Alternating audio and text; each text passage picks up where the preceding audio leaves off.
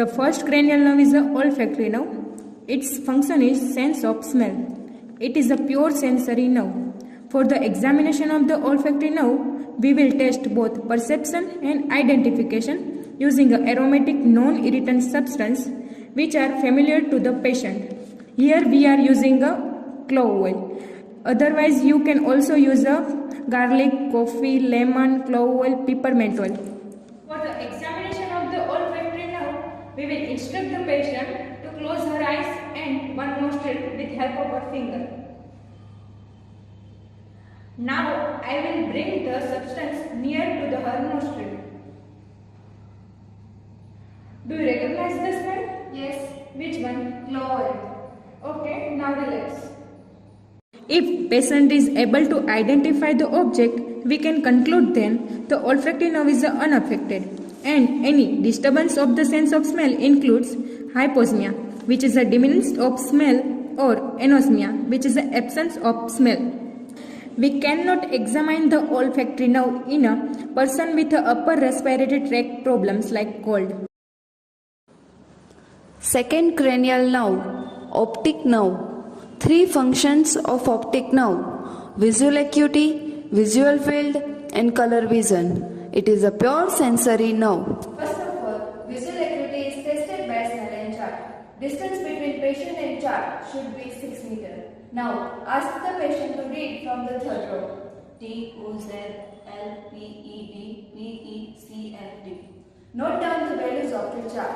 Normal value are 6 by 5 and 6 by 6.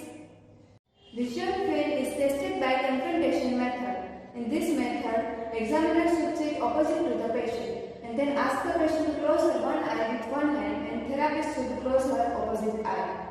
Now finger is brought from the all four corners and you have to say yes when you see it. Yes. Yes. Yes. Yes. Okay, relax. Visual field should be at about the same distance as examiner can. Color vision is tested by Ishihara chart. It consists of colored plates of different sized colored spots. In some plates, colored dots are arranged in such a way that normal person can read and abnormal will not. By testing all the plates, we can find type of color blindness. Pupil function. Note down the size, shape and equality of pupil. Reaction to light. Both pupil constrict when light is shown in either eye. Reaction to accommodation. Pupil constriction occur when gaze is transferred to near point object. Lesion in optic nerve abolish pupillary response to light on same side as well as contralateral. Third, fourth and sixth cranial nerve is oculomotor, trochlear and abducent nerves. These are pure motor nerves. Function of these nerves are extraocular movements.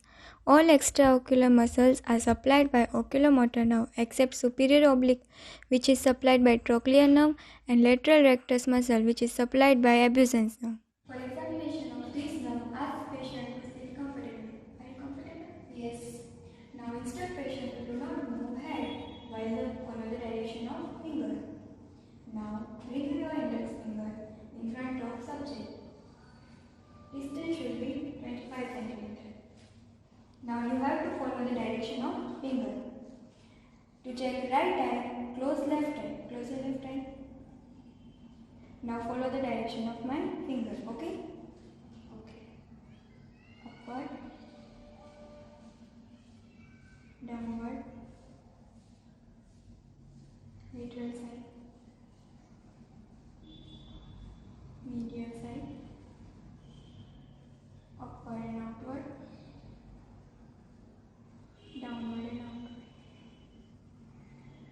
When subject is able to move eye in all directions, then subject is normal.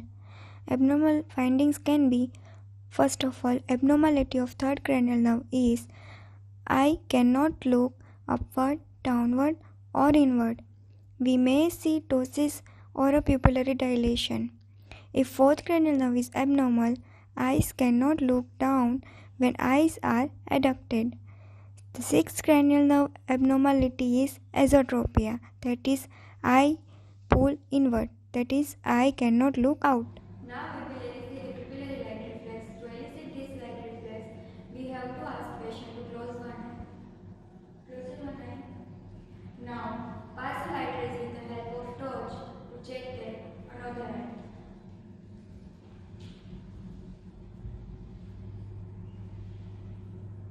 We can see the constriction of pupil in the same eye.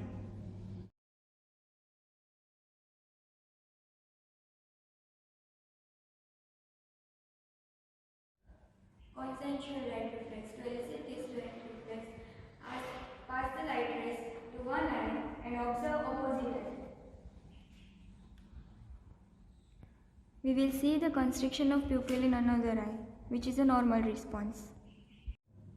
Accommodation reflex. To elicit this reflex, ask the subject to focus at a distance.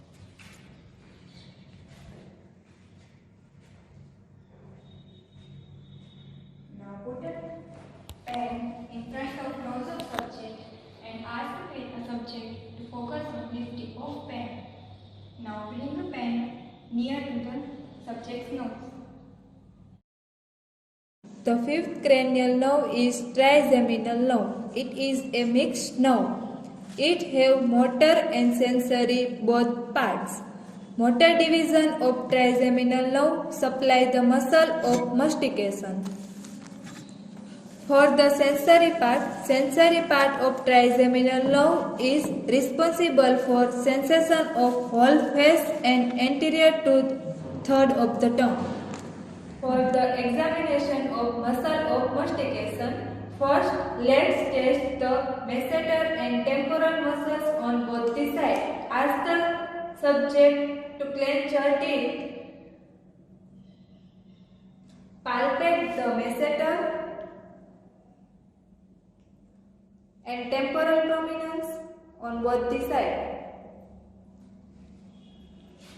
In paralysis of one side, the muscle on that side will fail to become prominent. Now we will test the pterygoid muscle. Ask the subject to open her mouth and look for the deviation of the jaw. Opening of the mouth will cause jaw deviation towards the paralyzed side.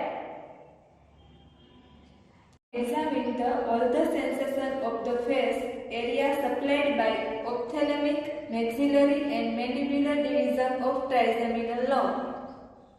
Firstly, we will examine fine touch with the help of cotton wicks in all three divisions in a symmetrical pattern and ask the subject to close your eyes and raise a finger if she can feel the touch. Right forehead, left forehead, right cheek, left cheek, right jaw, left jaw. To examine crude touch, we will use hair aesthesiometer. Examine in a symmetrical pattern in all the three divisions and ask the subject to close the eyes and raise the fingers and say yes if she can feel the touch. Yes. Yes. Yes. Yes. Yes. Yes. To examine tactile localization, we will use a cotton wick and ask the subject to close your eyes and to localize the point of touch.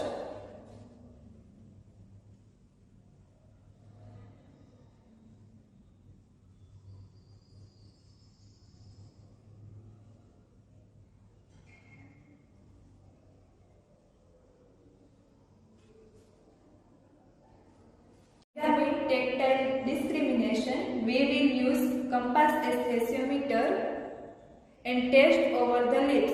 Ask the subject to close your eyes and tell me how many points you feel. 1,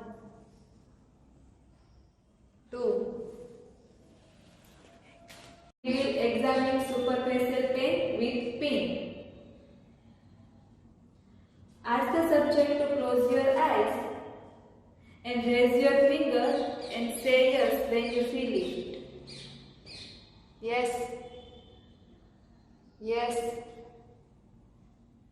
Yes. Yes. Yes. Yes.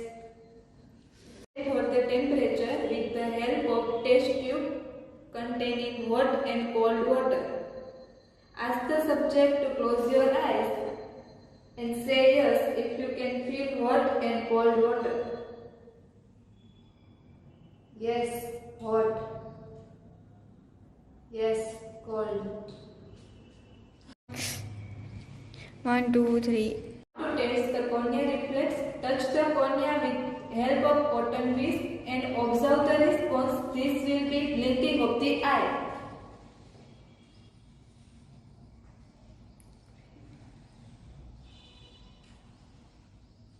We will test the jaw jerk. Ask the subject to partially open her mouth.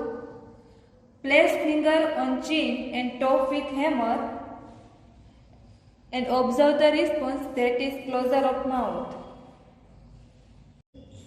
If jaw jerk is increased, it indicates bilateral upper neural lesion. Seventh cranial nerve is facial nerve. It is mixed type of nerve. Motor component of facial nerve supplies the muscle of facial expression. Its secretomotor fibers supplies to the lacrimal gland and salivary gland. It carries sensation of the taste from the anterior two-thirds of tongue.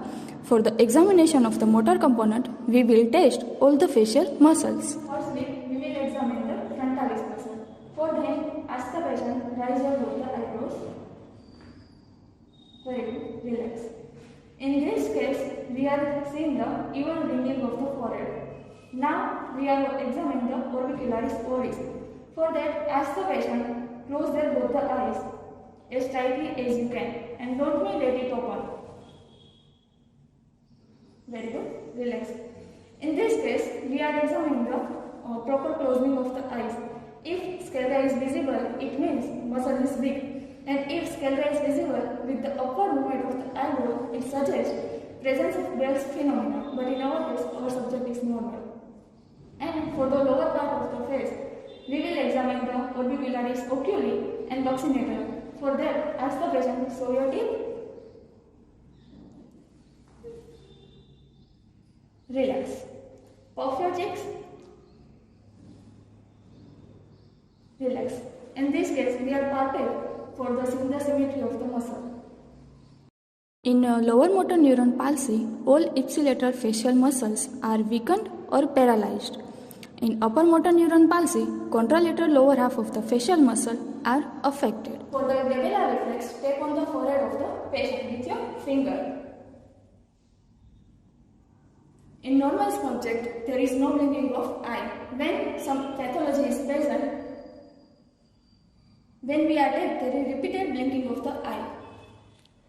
For the examination of the sensory component, we will check the taste sensation of the anterior two-thirds of the tongue by using sugar, salt, lemon juice, chili flakes, etc. A small quantity of each substance is placed on the appropriate side of the protruded tongue. Ask the subject, protrude your tongue. Very good. What do you taste? Salty. Very good.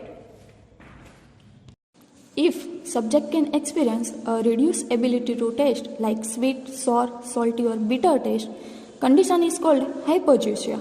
If subject cannot detect any taste, the condition is called ageusia. However, true taste loss is rare. Right now, our subject have normal sensation.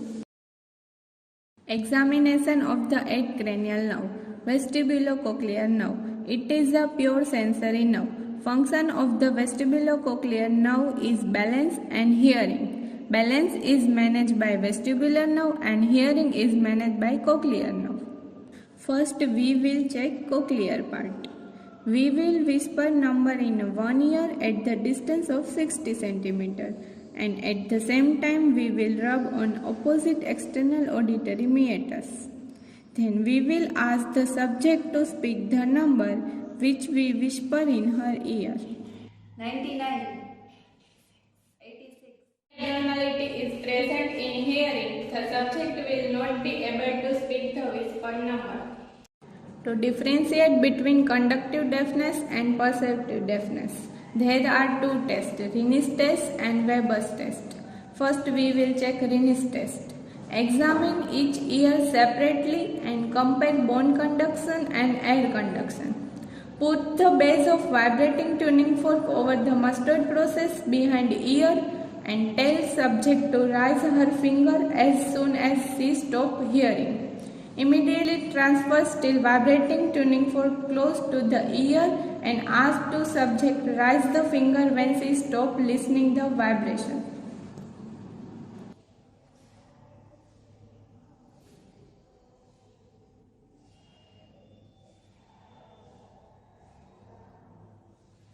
If the subject hearing is normal, air conduction is more than bone conduction. In conductive deafness, bone conduction is better than air conduction. In nerve deafness, both bone and air conduction are impaired. Weber's test. Place base of vibrating tuning fork on the middle of the forehead and ask the subject see hear sound equally in both sides or not.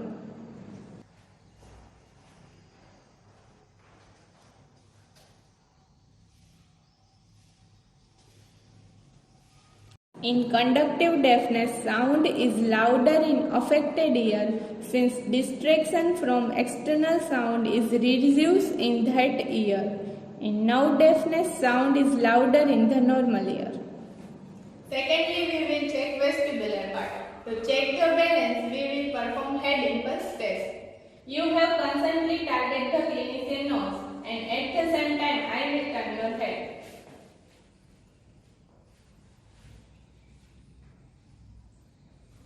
If any abnormality is present, patient cannot be able to maintain the target with rapid head movement. Examination of 9th and 10th cranial nerve, glossopharyngeal and vagus, both nerve are mixed type of nerve. Glossopharyngeal supplies taste to posterior one-third of tongue and sensation to pharynx and middle ear. Vagus supplies larynx, pharynx, heart, lung and abdominal viscera. We will examine both nerve together. Function of both nerve are phonation, swallowing, palatal control and gag reflex. To check phonation, we will ask the patient to say A, E, I, O, U and check the patient voice. A, E, I, O, U. It can be normal or it can be hardness of voice. That suggests the recurrent laryngeal nerve lesion. To check swallowing, we will ask the patient to take a sip of water to check swallowing difficulty is present or not.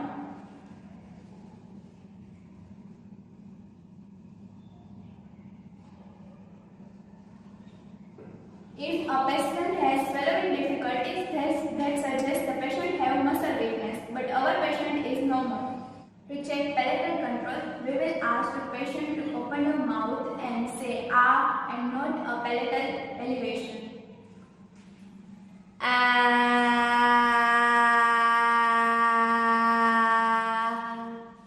Soft palate should be elevated both sides and symmetrically and uvula in midline.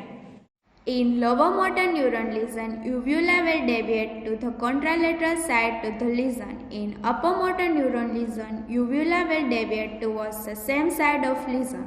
To check gag reflex, we will depress the patient tongue with depressor and touching the pharyngeal wall with cotton tip until the patient gag and compare the sensitivity on each side and also observe the palatal contraction symmetrically.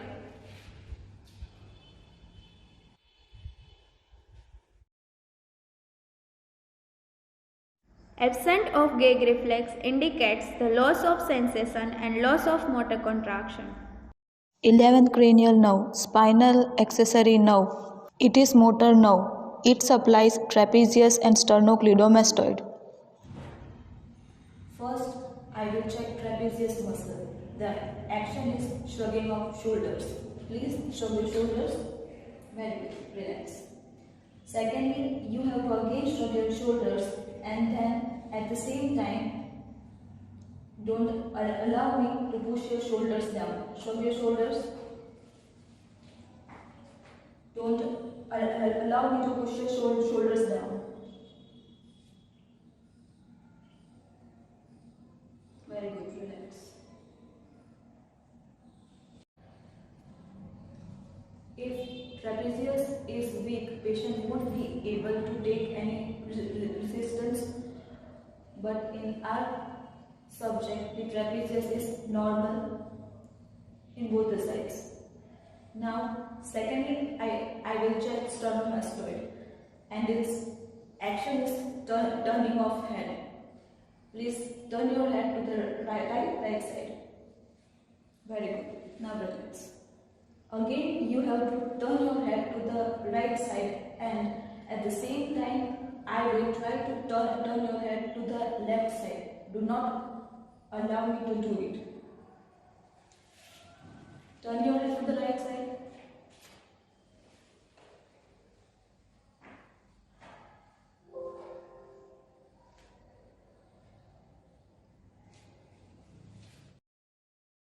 Twelfth cranial nerve is hypoglossal nerve. It is a pure motor nerve, and it innervates all extrinsic and intrinsic muscle of tongue except palatoglossal. Its functions are speech articulation, mixing of food and saliva, and also responsible for all the movement of tongue. Firstly, we will examine for any wasting or fasciculation of a tongue present or not. Ask the subject to open her mouth while the tongue is still in oral cavity. Please perform.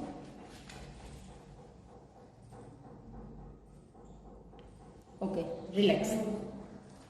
In case of wasting, fold are increased compared to the normal side. You will see in picture.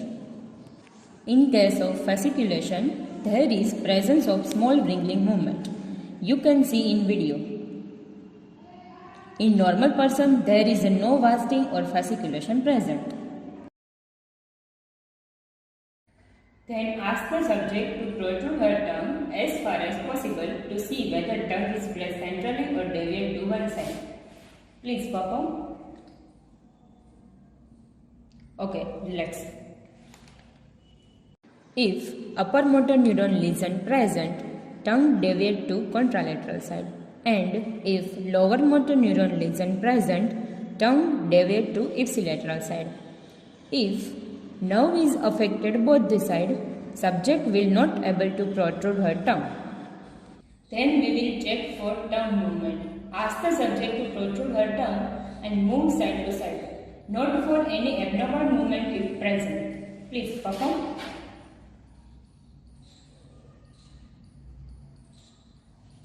Okay, relax. We will also assess the strength of a tongue. Ask the subject to lick inner wall of cheek with the help of tongue while we press two fingers against it. First of all, left side. Okay, relax. Right side. Relax. In normal person, strength on the both sides will be similar.